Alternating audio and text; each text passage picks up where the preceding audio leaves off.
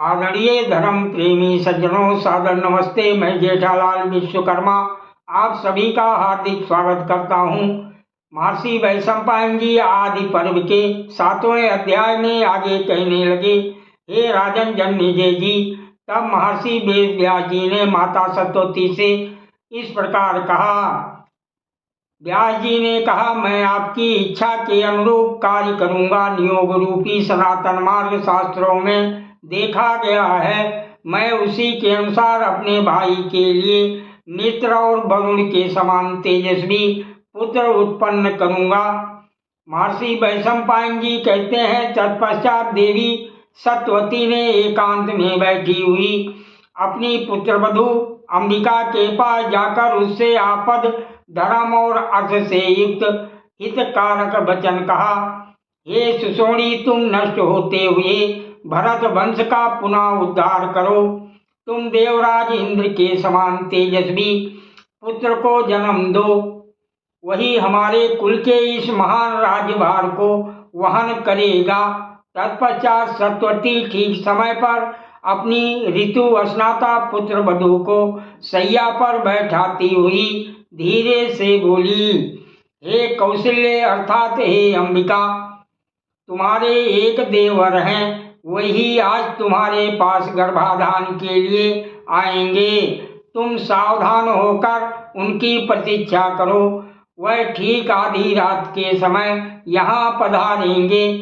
सास की बात सुनकर कौशल्या अर्थात अंबिका पवित्र सैया पर शयन करके उस समय मन ही मन भीष्म तथा अन्य श्रेष्ठ कुरुवंशियों का चिंतन करने लगी। उधर नियोग विधि के अनुसार शरीर पर घी चुपड़े संयमित चित कुत्सित रूप में सत्यवादी महर्षि वेद व्यास जी ने अंबिका के महल में प्रवेश किया। उस समय बहुत से दीपक वहां प्रकाशित हो रहे थे। महर्षि वेद व्यास जी के शरीर का रंग काला था। उनकी जटाएं पिंगल वर्ण की और आंखें चमक रही थीं तथा दाढ़ी मूछ भूरे रंग की दिखाई देती थी। उन्हें देखकर देवी कौशल्या अर्थात अंबिका ने भय के मारे अपनी आंखें मूंद ली।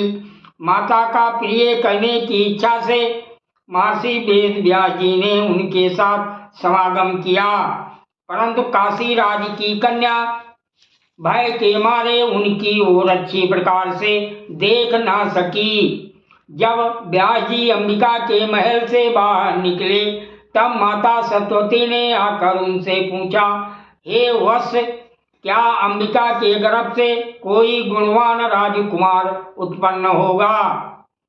महर्षि वेद व्यास जी बोले, हे माता श्री, गर्भ स्थित ये पुत्र 10 सहस्त्र हाथियों के समान बलवान और अत्यंत बुद्धिमान होगा, परंतु माता के दोष से वो अंधा ही होगा। सत्यवती बोली, हे तपोधन, कुरुवंश का राजा अंधा हो ये उचित नहीं है। अतः कुरुवंश के लिए दूसरा राजा दो, जो जाति भाइयों तथा समस्त कुल का संरक्षक एवं पिता के वंश को बढ़ाने वाला हो। महर्षि वैशंपायन जी कहते हैं, महायशस्वी वेद व्यास जी तथास्तु कहकर वहां से निकल गए। प्रसव का समय आने पर कौशल्या अर्थात अंबिका ने उस अंधे पुत्र को जन्म दिया। हे शत्रुधमन, तत्पश्चात देवी सत्यवती ने अपनी दूसरी पुत्र वधू को समझा बुझाकर गर्भाधान के लिए तैयार किया और इसके लिए पूर्ववत महर्षि व्यास जी का आवाहन किया अर्थात उन्हें बुलवाया। महर्षि वेद व्यास जी उसी नियोग की संयमपूर्ण विधि से देवी अंबालिका के साथ समागम किया। हे भारत, महर्षि व्यास को देखकर वो कांतिहीन तथा पांडु वर्ण की सी हो गई। उस महल से निकलने पर सत्यवती ने अपने पुत्र से उसके विषय में पूछा। तब वेद व्यास जी ने भी माता से उस बालक के पांडु वर्ण होने की बात बता दी। तब फिर सत्यवती ने पुनः एक दूसरे पुत्र के लिए उनसे याचना की। महर्षि ने बहुत अच्छा कहकर माता की आज्ञा स्वीकार कर ली। तत्पश्चात देवी अम्बालिका ने समय आने पर एक पांडु वर्ण के पुत्र को जन्म दिया, जो अपनी दिव्य कांति से उद्भासित हो रहा था। ये वही बालक था जिसके पुत्र महान धनुर्धारी 5 पांडव हुए।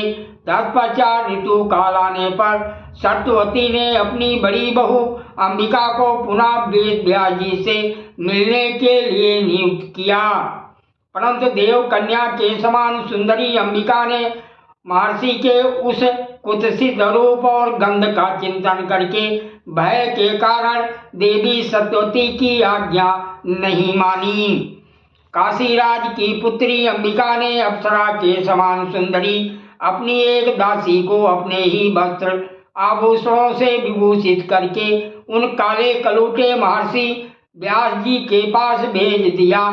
एकांत में मिलकर महर्षि वेद व्यास जी उस पर बहुत संतुष्ट हुए।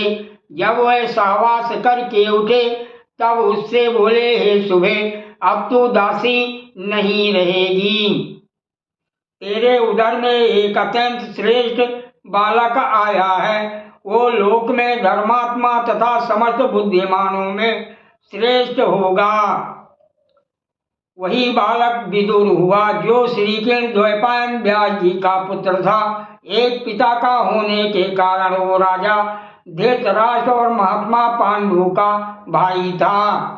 श्री कृष्ण द्वैपायन व्यास जी ने सत्यवती को भी सब बातें बता दी। उन्होंने ये रहस्य प्रकट कर दिया कि अंबिका ने अपनी दासी भेजकर मेरे साथ छल किया है, अतः शूद्रा दासी के गर्भ से ही पुत्र उत्पन्न होगा।